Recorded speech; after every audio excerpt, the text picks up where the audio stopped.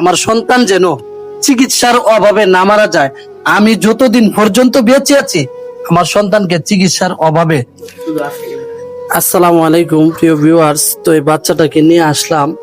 তো চিকিৎসার যত ফাইল আছে, পরীক্ষা নিরীক্ষার সকল ফাইল এখানে আছে।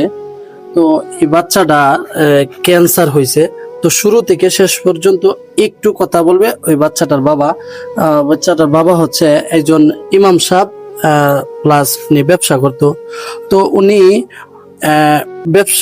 ব্যবসাটা মোটামুটি বিক্রি করে দিছে। এরপরে হচ্ছে বাচ্চাটার পিছনে প্রায় 15 লক্ষ টাকার মতো উনি খরচ করছে।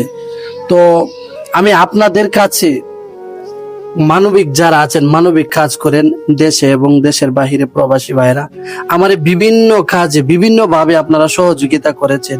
তো আপনাদের কাছে ওই বাচ্চাটার জন্য আমি হাত পাতলাম, ওই বাচ্চাটার চিকিৎসার টাকার জন্য। দেখেন চোখের অবস্থা, দেখাও তো একটু, দেখেন চোখের অবস্থা।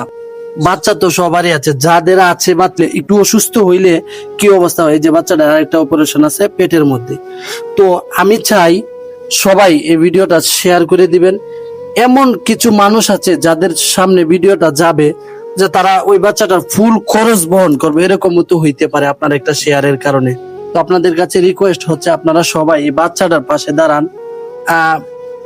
আসলে ঘরের সন্তান যদি অসুস্থ থাকে, কোনো বাবা মা শান্তিতে থাকতে পারে না, শান্তিতে ঘুমাইতে পারে না। বাচ্চা অসুস্থ হওয়া কতটা কঠিন এটা সহ্য করা একজন মা বাবার পক্ষে, তা যার হয় সে বুঝে।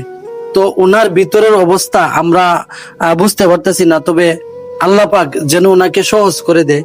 একটা পরিবার থেকে 15 লক্ষ টাকা খরচ করা যে কঠিন, কত কঠিন কাজ। তো আমি আপনাদের কাছে সহযোগিতার হাত বাড়াইলাম। শুধু এই বাচ্চাটার দিকে তাকায়া, এই বাচ্চাটার দিকে তাকায় আপনারা একটু এগিয়ে আসুন, একটু এগিয়ে আসুন। বাচ্চাটার চোখের অবস্থা দেখলে চোখের পানি ধরে রাখা যায় না।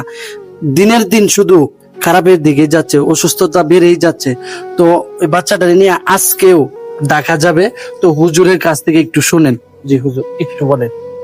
সালাম আলাইকুম। আমার এই মেয়েটা ক্যান্সার, নিউরোব্লাস্টোমা।